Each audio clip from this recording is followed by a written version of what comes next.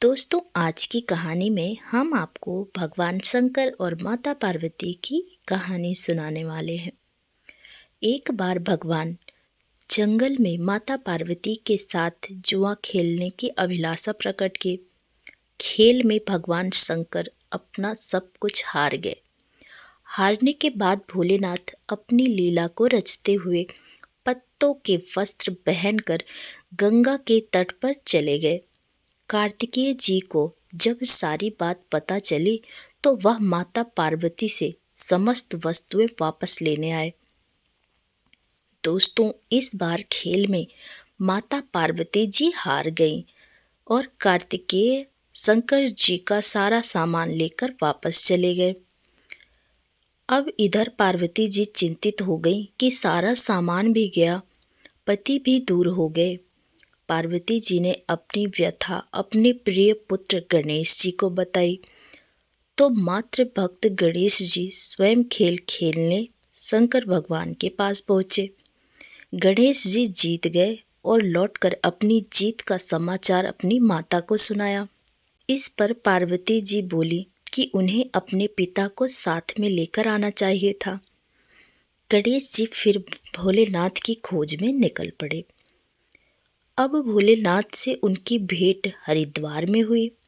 उस समय भोलेनाथ भगवान विष्णु व कार्तिकेय के साथ भ्रमण कर रहे थे। पार्वती से नाराज भोलेनाथ ने लौटने से मना कर दिया। भोलेनाथ के भक्त रावण ने गणेश जी के वाहन मूषक को बिल्ली का रूप धारण करके डरा दिया। मूषक गणेश जी को छोड़कर भाग गए। दोस्तों, इधर भगवान विष्णु ने भोलेनाथ की इच्छा से पाशा का रूप धारण कर लिया था। गणेश जी ने माता के उदास होने की बात भोलेनाथ को कही। इस पर भोलेनाथ बोले कि हमने नया पाशा बनवाया है, अगर तुम्हारी माता पुनः खेल खेलने को सहमत हो तो मैं वापस चल सकता हूँ। अब गणेश जी के आश्वासन पर भोलेनाथ वापस पार्वती जी के पास पहुँचे और खेल खेलने लगे। इस पर पार्वती जी हंस पड़ी और बोली, अभी पास क्या चीज़ है जिससे खेल खेला जाए। यह सुनकर भोलेनाथ चुप हो गए। इस पर नारद जी ने अपनी वीणा आदि सामग्री उन्हें दे दी। इस खेल में भोलेनाथ हर बार जीतने लगे। एक ही पासे फेंकने के बाद गणेश जी समझ गए तथा उन्होंने भगवान विष्णु के पाशे रूप धारण करने का रहस्य माता पार्वती को बता दिया।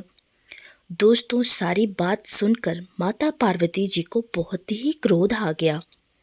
रावण ने माता को समझाने का प्रयास किया पर उनका क्रोध कम नहीं हुआ और उन्होंने क्रोधवश में भोलेनाथ को श्राप दे दिया कि गंगा की धारा उनकी जटाओं पर रहेंगी।